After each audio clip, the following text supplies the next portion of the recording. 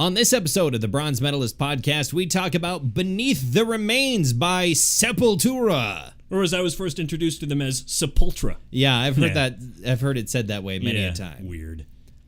I thought it was pronounced that way for a long time, too. Well, but anyhow, episode time.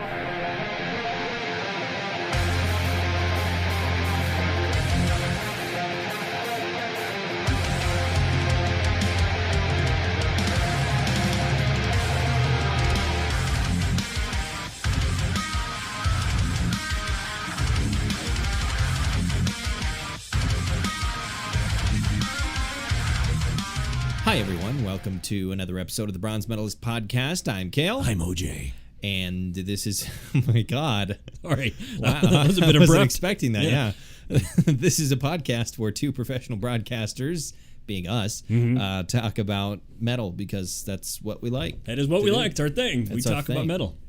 We do this Yep. with no microphones. We just do this anyway. Yeah. Yeah. I mean, there are microphones present in the building. Sure, but because we work in a building with microphones. many microphones. The CIA.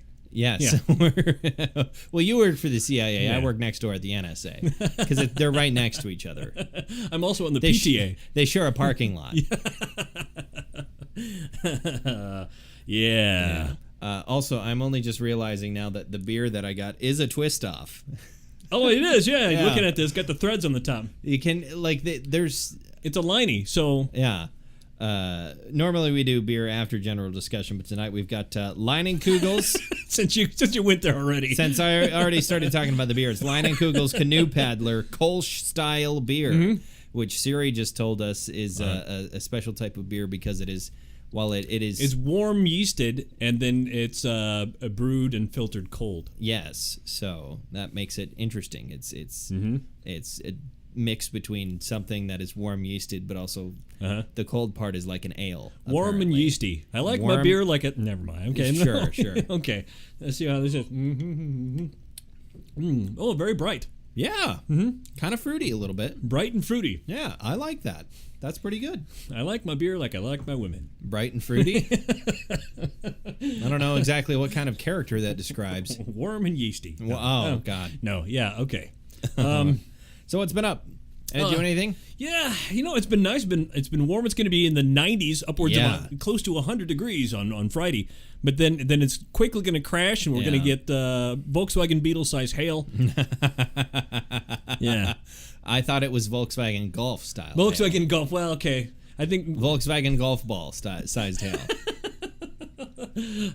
I don't know if we're actually going to be getting any hail whatsoever, but possibility of severe weather later this week. Right, because that temperature drop is going to go from 95 degrees to like 20 below, and then suddenly we'll get storms when that happens. 95 degrees to 20 below. This isn't this isn't late September. Yeah. That is difficult for late September, isn't it? We're not ready for that just yet. You go outside in the morning with a sweater on, and you come home naked because it's just that hot. Good Lord. It's weird. It's always, I've lived here my entire life, 23 years, but it's always weird every year when you hit late, early June, late May, and you think a month ago there was still ice on the lake. Right. Yeah. And now it's been 80 degrees pretty much all week. At least 80 degrees pretty much all week so far. Yeah. Yeah. And it will be all week until Saturday. Until Friday night, Yeah, it's bizarre, but I'm actually happy for the possibility of severe weather because I love mildly severe weather. Me too. I'm not gonna say I love hail because nobody should like hail. It's unless you're a meteorologist and you have some sort of academic interest in hail, right? But other than that, nobody should like hail. Yeah, nobody. Because it damages people's cars and houses and crops and shit, and that's no good. It's not good for anybody. It's not good for anybody. It costs everyone in the long run. Right? I was laughing because it sounded like you were using self-deprecating humor. Oh no! Nobody should like hail. That too. It's so bitter and bitter and dark and leafy. You were talking about meat. No, I wasn't. No, I was talking about the vegetable. The vegetable. Okay. So yeah. I like a good thunderstorm. We had some thunder. I wouldn't really call it a storm. No, it was just a light show, basically. Yeah. It was a decent light show, though. Yeah. But I sat out on the porch for a little while until it started raining just a bit. It hardly rained, but it was enough to get me off the porch, at the very least. Well, I was going to water my front garden, and I started to get the watering can. It's going to rain. Is it going to rain? I'm like, I look like an idiot if I go out there and I'm watering during a rainstorm, and it sort of spits a little. Here's a little bit of rain. This is for you. Yeah. I'm waiting for a good and proper one. Mm-hmm. I like that. I used to be kind of scared of like thunder and whatnot, but now I enjoy it. I can't wait for it. Yeah, it's nice because when you live up here, you can have a thunderstorm and not think, I wonder if this one's going to destroy my house. Sure. Well, we do get tornadoes Occasionally. I think we talked about this recently. Yeah, we do get the occasional tornado, the odd tornado here and there. We do. But not with every thunderstorm this time of year. Right. Like in most of the rest of the Great Plains. I remember during the fair one year there was like 6. Oh my God. Up in the sky at the same time. Yeah. I don't like that. I used to be scared of trains. Did you used to be scared of a lot of things? Not really. I wouldn't say a lot of things, but like like very loud noises, I'd say. Sure. Like there was a train tracks probably maybe 10 feet? 10 feet from my house. No, like 300 yards away maybe. It was up the hill, on the top of the hill. My house is at the bottom of a hill. Right. It was up at the top of the hill, and you could hear because we were out of town and it's North Dakota, so other than the trees immediately around our house and on the river bottom itself, there was not a lot of stuff to block the sound of the train. So you could hear a train coming for miles and miles and miles away, and it would just be this slowly building rumble, and it would just freak me out. North Dakota's so flat and treeless, you can hear people whispering in Canada. Yeah. Basically. There was a time when I was probably about 10 or 11. Lake Sakakawea was really, really low at the time. And we would always and have always gone camping up there at a particular campground. And it became a thing where if we wanted to go swimming, we had to walk like half a mile to get to the water. Whereas when I was really little and now, in the last probably 10 years now, and when I was really little, the water's like right up to where the campers are, where the campsite is. Right. But like you'd have to walk so far to get down to the water, and it was so calm one day. It was like 100 degrees probably, and it was dead calm, no wind whatsoever. The water was just perfect, not moving at all. And we had these little inflatable rafts, and so my sister and I paddled those across the campsite to what is typically known as Mallard Island. Right. It was not an island at that point because the lake was so low. Sure. But it was typically called Mallard Island. It was an isthmus. Yeah, essentially. A peninsula that just kind of jutted out. And so we paddled all the way across, and our dad was sitting on the shore watching us. And we were all the way across, probably, not a mile, but some getting near to it, possibly. We could hardly see him at this point. He was real little. We couldn't really see him. Well, he wasn't actually little. He wasn't actually little. That's perspective. It was, yeah. He was smaller than my thumb. My dad's not that small. I got close and he started growing. But we could just talk to him. We could just have a conversation like you and I are now, at basically the same level of volume. Wow. It was bizarre. Some other things I wanted to talk about that I wrote down. Yeah. Over the weekend, I watched Chernobyl. Oh yeah. I watched all the episodes that were out then, and then we're recording on Wednesday, so last night was the finale of the series. Of the series, or just it's a miniseries. It is a miniseries. So. And what is it? What platform is it on? Is it HBO? Oh, it is on HBO. HBO. So if you've got HBO something, I'll have to borrow it from my friend. There you go. The Sailor? Yeah. Okay. I know with the hook and the eye patch. Yeah, I know the one. I borrow it from my friend Jeff Bezos. Right, yeah, through to the large rainforest in South America. Yeah, he's kind enough to lend me the path to Chernobyl. But yeah, well, you're paying him. It's true. I am paying Mr. Bezos personally. Yeah, for the privilege of you watching. mail him a check. I mail Jeff Bezos a check say, this is for you. I would like to watch Chernobyl now. Pay to the order of Jeff Bezos. This is for you. I know your wife took a lot in the settlement. Now let me watch HBO. But yeah, it's fantastic. Really, really good show. Of course, horrific true events. Oh, yeah. Horrific, devastating, man-made disaster. But amazing television show with a ton of, I think, really a ton of respect for, all the people that died and worked on the cleanup and everything. And now, are they embellishing quite a bit in there? Is it just kind of loosely based on the truth, or are they just assuming these things happen or these events? Well, or are there real characters? Oh yeah, it's almost all real characters. I don't know the exact extent of the embellishment, but one of the interesting things about a man-made disaster like this at an industrial facility is there is a very accurate minute-by-minute accounting of who was there and what they were doing. Sure, I suppose because there would have been a court proceeding at some point. Oh yes, there was, and that's the focus of the final episode, is the trial of the 3 people who were in charge that night. Right. And yes, it's real characters mostly. There's one character that is a composite character of several different scientists who were helping out during the cleanup efforts. But the main character is Valeri. Oh goodness, I'm going to butcher the last name just because I can't quite remember it. Valeri? Yeah, his first name is Valeri. He was the head of a Soviet nuclear institute. He also makes some really good steel. Yes. All right, thanks. Never mind. There we go. Okay. Other HBO properties. But played by Jared Harris, and he's the primary scientist in charge that was brought onto the commission to help clean everything up and fix what was happening. And this is the morning after the explosion that they call him. And then you've got Stellan Skarsgård as Boris Yeltsin? No, not Boris Yeltsin. Very pointedly not Boris Yeltsin, actually, because the character or the real person before he died of, I believe, cancer in 1990. Most of these people died of cancer. Yes. Before he died of cancer, he was actually quite opposed to Boris Yeltsin. And, of course, then Boris Yeltsin went on to become, I believe that was Boris Yeltsin, first president of the Russian Federation.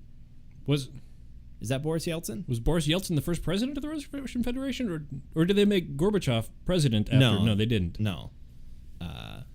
At any rate,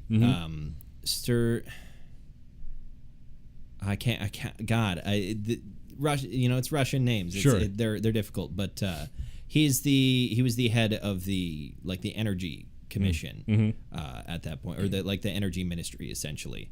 And so the first part of the first episode is the 2 of them flying out to Chernobyl and figuring out just what the hell is going on, because nobody, especially the people in charge, no one was willing to believe that it was as bad as it was. Sure. They were convinced, that it's only a small amount of radiation that's leaking out, and the reactor didn't explode.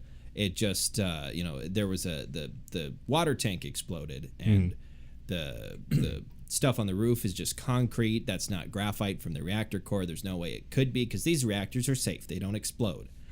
And this the scientist is like, no, that's fucking graphite on the roof.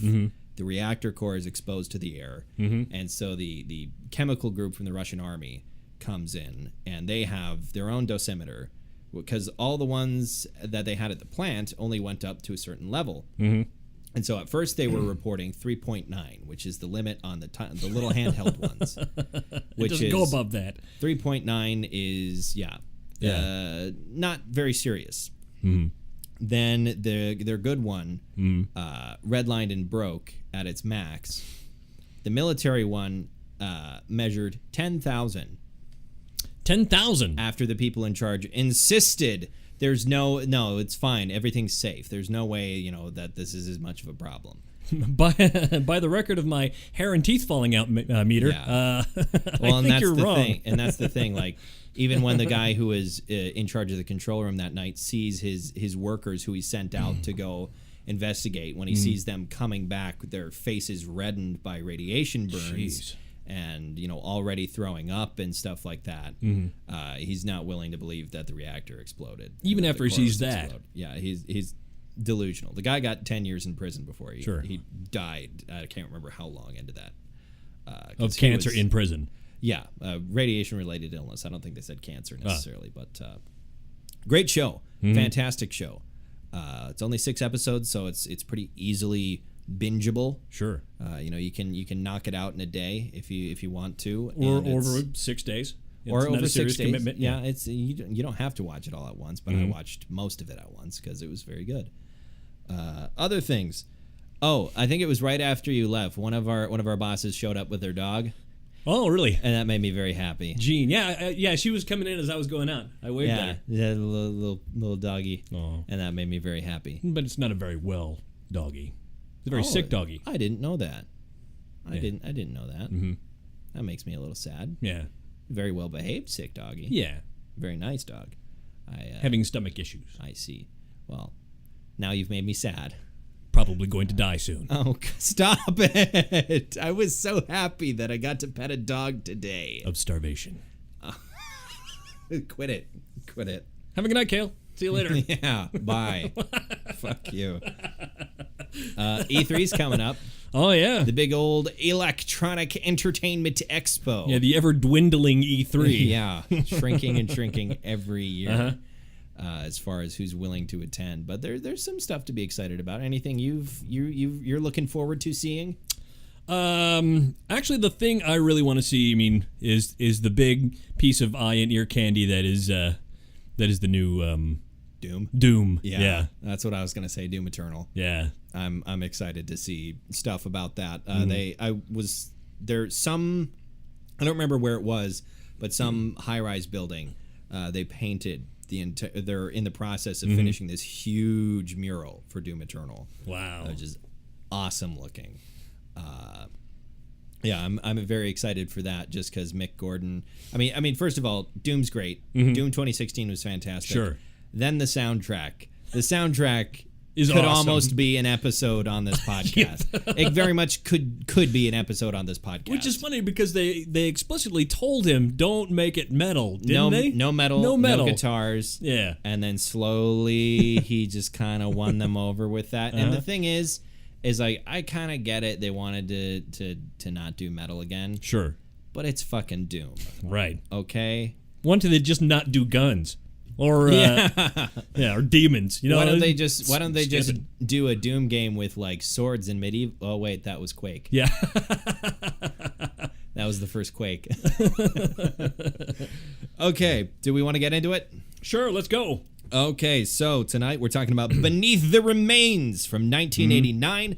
Which is an album by the Brazilian band Sepultura. Indeed. Which is the Portuguese word for grave. Yes. As I learned today, I was learning a little bit about the band.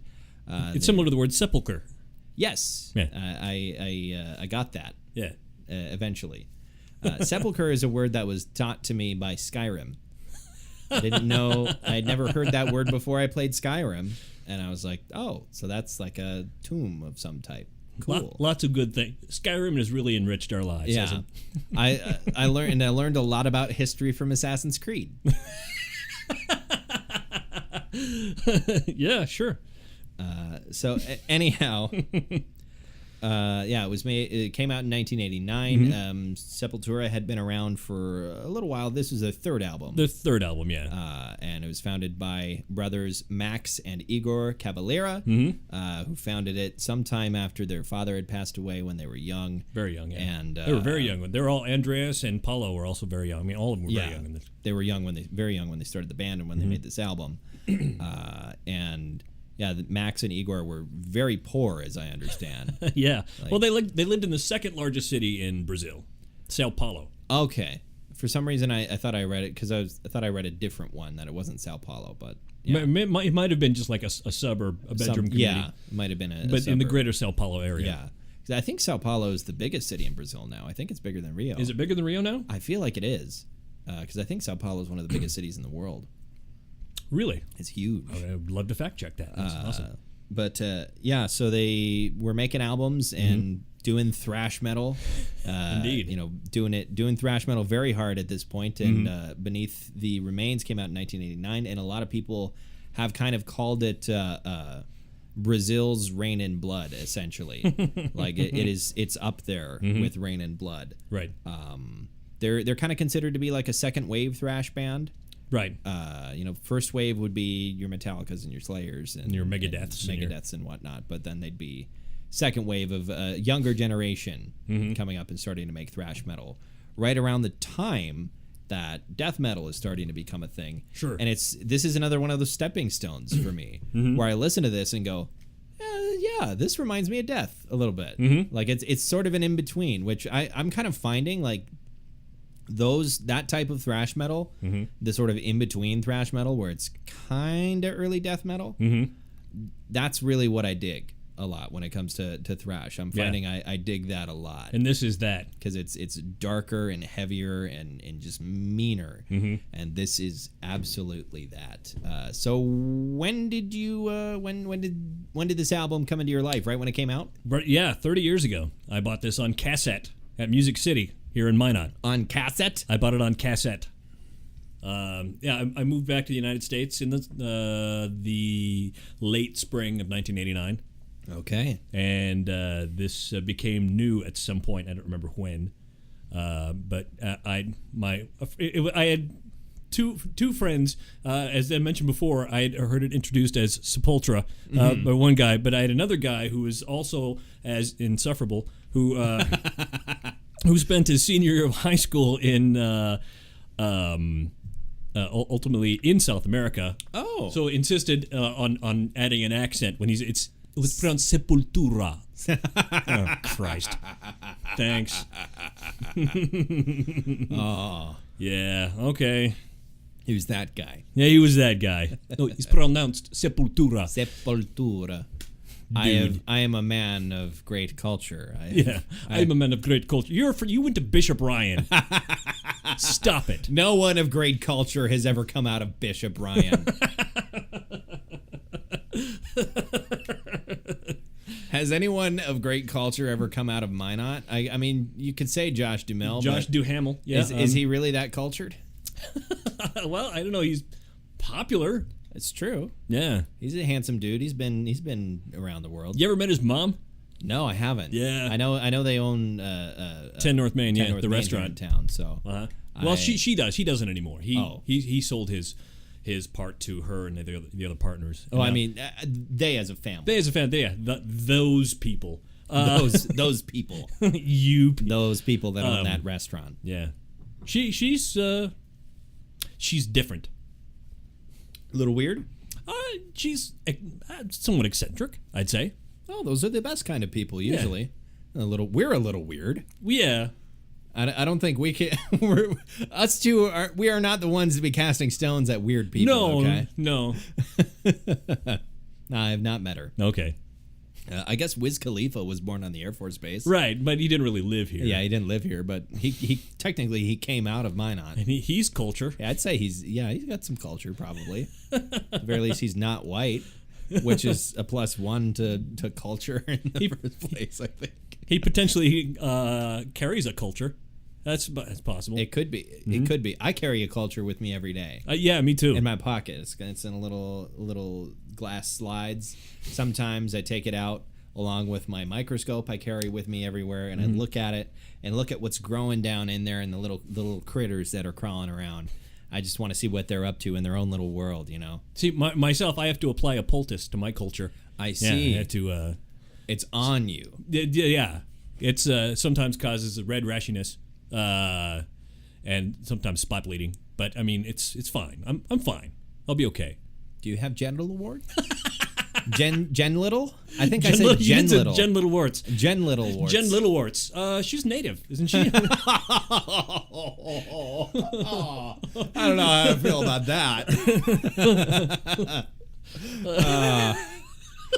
I don't know how I feel about that one. Yeah, that was terrible. I'm sorry. It's okay. I withdraw my prior statement. Too late. It's on the internet. Okay. Does this album slap? Yes, this album slaps. God, yeah. Yes, it does. It slaps. I wrote C. C. which I think is probably the same SI? in Portuguese. Yeah, that's probably Yeah. the same in Portuguese. It's the same in Italian. So I recommend if sometime you want to hear more Sepultura, their next album, which is Arise, check that one out. A lot of people agree that might be their best album. Arise, not Roots. People like Arise better than Roots. Okay. Roots was very experimental. I mean, it was very good, but it was them branching out, and it was sort of throwing darts at the board, and they missed a few times, but I mean, it was very good. It happens. Mm-hmm. When I was reading sort of about the history of the band, a lot of the blurbs about the albums after Max left the band usually state that they didn't sell very well. They've had some critical successes, but not nearly. They weren't nearly as commercially successful with Derek Green as they had been with Max at the helm. And that's it. That was an interesting situation that led to Max leaving the band because he was married to their manager, who, as I discovered earlier today, is 13 years older than him. I thought it was 16 years. 16 years. Sorry, you're right. Yeah. 16 years older than him. An interesting and tragic situation, actually, because his stepson had died. Oh, and I didn't know that. He was, he had adopted. She had, I think, 2 kids when they got married, and he had adopted both of them. And one of his stepchildren had died, and a couple months after that, they wanted to fire her. And he was like, "No, I'm not going to. I don't want to fire her. She's my wife." And he was still broken up about that, and he thought it was very disrespectful, and he felt kind of attacked, as I understand, and just decided, I'm leaving. I don't, Now, did both the brothers leave the band, or was it just Max? Igor didn't leave until 2006. And apparently they had a falling out for a while. Probably, because of Max leaving the band, they had a falling out for quite some time. I know that Igor almost left the band early on because he was going to be pressed into military service. Oh, really? Because they have that in Brazil. They have compulsory service. But then which is weird because they have such a ridiculously large population. Right, yeah. Usually in countries with such a big population, you don't need to have compulsory service. But they did, at least at that time. I don't know. Then they saw he was covered with tattoos and said, "You know what? You're not going to be a good fit." Yeah. But yeah, no, Igor didn't leave the band until 2006, and I believe the reason that Igor left the band was because Max wanted to do a reunion. And what was the lead guitarist's name? Andreas Kisser. Yeah, Andreas said no, not going to happen. And so Igor had just kind of gotten reconciled with his brother and was like, well, then I'm not going to be here either. I'm not going to be here either anymore.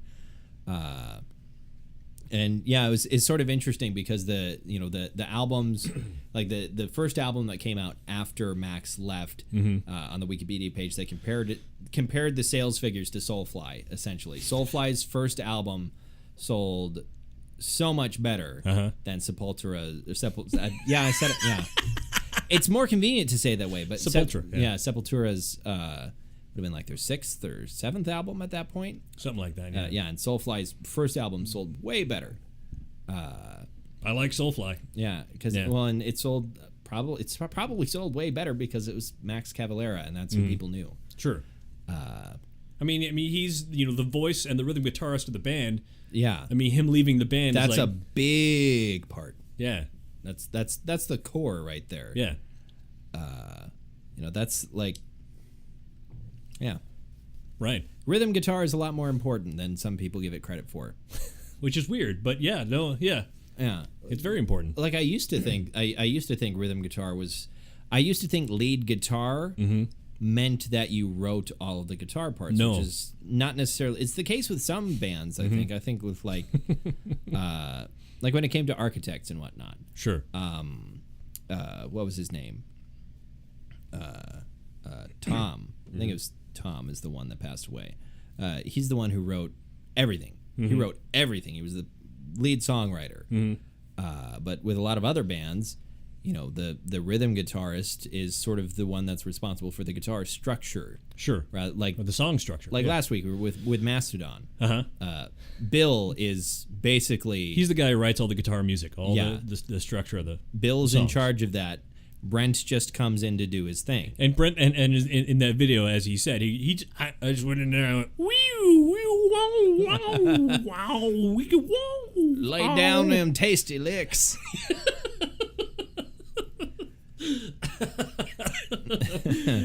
It's me, Dirty Behind from the moon. Brent is such a charismatic figure. He's bleeding over into this episode. But yeah, like rhythm guitar is extremely important in metal. Like lead guitarist does not equal most important guitarist. Right. It's the one that I think gets the most attention from the media, but it's certainly not the most important part of the band. Like in Testament, everybody talks about Alex Skolnick. I mean, he does great, awesome leads. He was taught by Satchmo, Joe Satriani. If you know who that is, I don't. Oh, holy man. Okay, but really, Eric Peterson is the soul of the band. Yeah. Yep. Yeah, Max leaving was an extremely big deal, and it's sort of interesting because so much of their most popular stuff is from the Max era, so it's kind of, it has to be kind of awkward sometimes, especially when there seems to be such a continuing rift between Andreas and Max, right?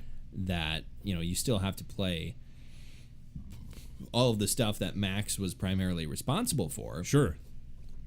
Even though you presumably don't like the guy very much anymore, but you still have to work. You have to you have to go to work. Yeah, you still have to go to work, and it's interesting to me that there is still such a big rift, and Max has reached out multiple times, as I understand, wanting to do short reunions and stuff, and every time Andreas has turned him down.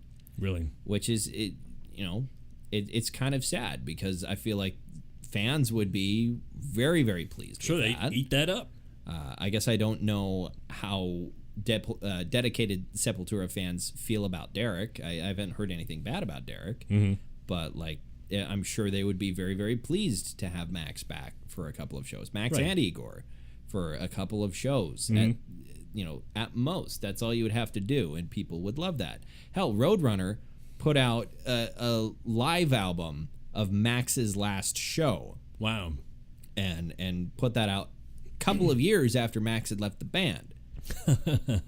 It's like there's a hunger for Max Cavalera, and Sepultura is just saying no, we don't want any more of him. All right, whatever. He's doing other stuff, I guess. Yeah, one Max is a busy guy too. Yeah, I mean, he's got Soulfly, he's got Cavalera Conspiracy, he's got he's also a part of I think it was Kill or Be Killed, which is a couple of bands that we've been talking. Right. And next week too, we've got a chain because it's Greg Puciato from the Dillinger Escape Plan. Yes. It's Ben Kohler from Converge. It's Troy Sanders from Mastodon, and it's Max Cavalera.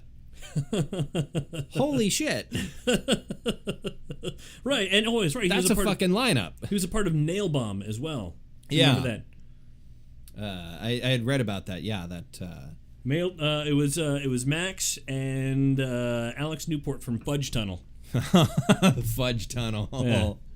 I've heard of Fudge Tunnel.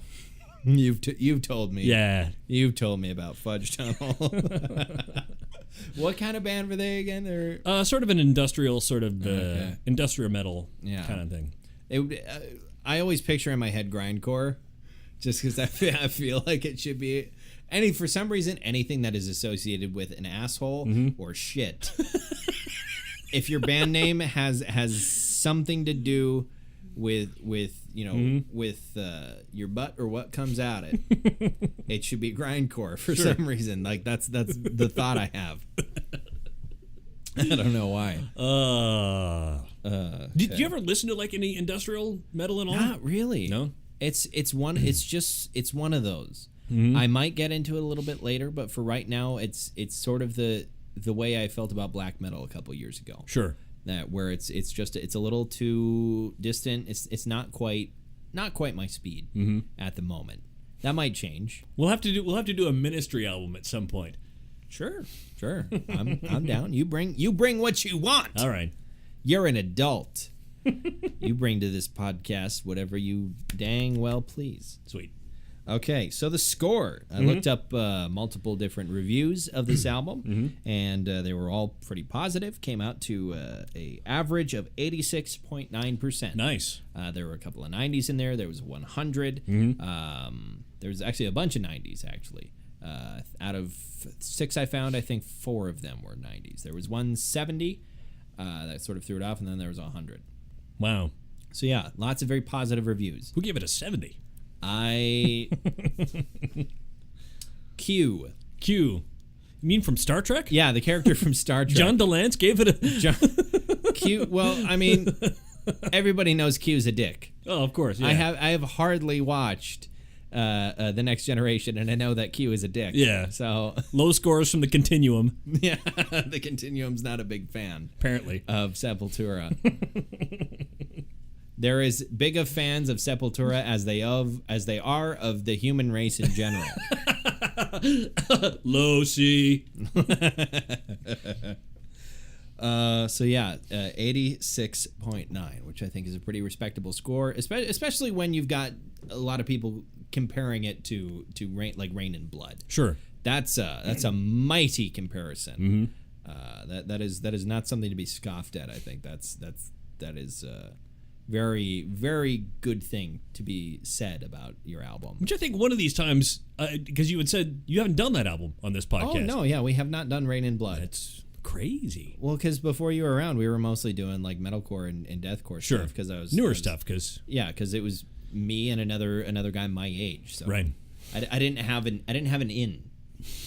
I didn't have a hookup, you know. Yeah, because I remember when I got that album. You got any more of that thrash metal?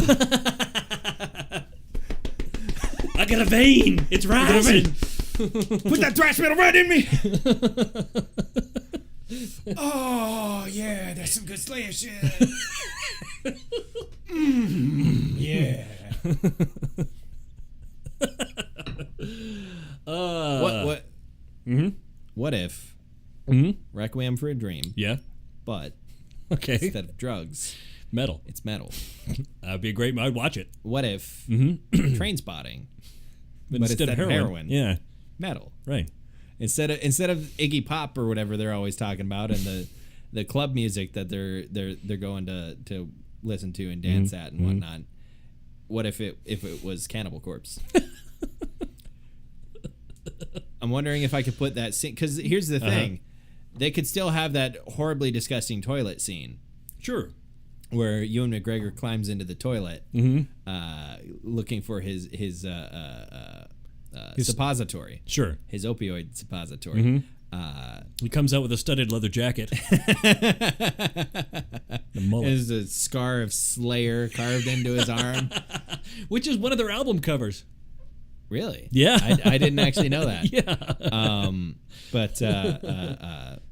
Yeah, you can still have that toilet scene, because anyone who's ever been to like a dedicated metal or punk club knows that them toilets is terrible. Oh, yeah. Them toilets ain't no good. Them toilets won't flush. That's my new version of That Dog Won't Hunt. That dog won't hunt. That toilet won't flush. What's your favorite song on this album? My favorite song on this album, the title track. It's either the title track or My Inner Self, or yeah, one of those two. Okay, I picked Mass Hypnosis. God damn it! Mass Hypnosis. Mass Hypnosis. Oh, so you were. My favorite song in this album is God Damn It. That'd be interesting if they had a song that was called that. No, my favorite song is Mass Hypnosis. Yeah, that's a great song. I enjoyed that one a lot. I really like the lead at the end, the solo at the end. Really enjoyed that. One of the more sort of mournful moments on the album. I enjoyed that because, as we've discussed many a time, I'm an emo kid deep down. Which is fine. No judge. Fine. Okay. As long as you're not judging. No. So speaking of judging, what do you give this album? I give it a gold. Gold? tempted. I think. Could I give it an electrum? An electrum. Wait, no. Electrum is gold. Is electrum gold and silver? Or is it silver and copper? Hey Siri, what's electrum? Electrum is a naturally occurring alloy of gold and silver. There you go. There we go. I'll give it an electrum. All right. An electrum metal.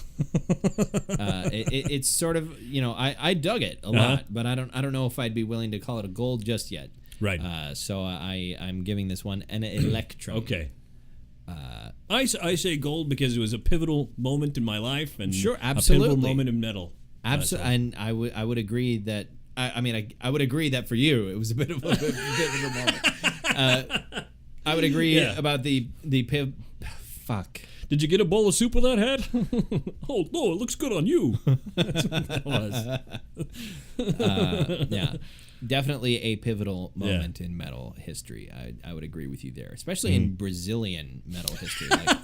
Of all the Brazilian metal bands, Sepultura are possibly the most important. Well, there's got to be a lot of them. It's a massive country. Sure, it is. But like Sepultura is was probably the first metal band of any repute to have come out of the country. To break out. Yeah, they were the breakout metal band. Yeah, and it's so much like it's a meme on Reddit on the metal page. Yeah. Because literally anytime any band posts like hey, we're going on tour, there will be 1,000 comments that say, come to Brazil. Sure. Come to Brazil. Come to Brazil. No, sorry, we don't want to get murdered. Was that harsh? Well, Brazil's a dangerous place. It is a dangerous place. Brazil is a very dangerous place. Hey, let's go to Carnival. I don't know. It sounds fun on paper.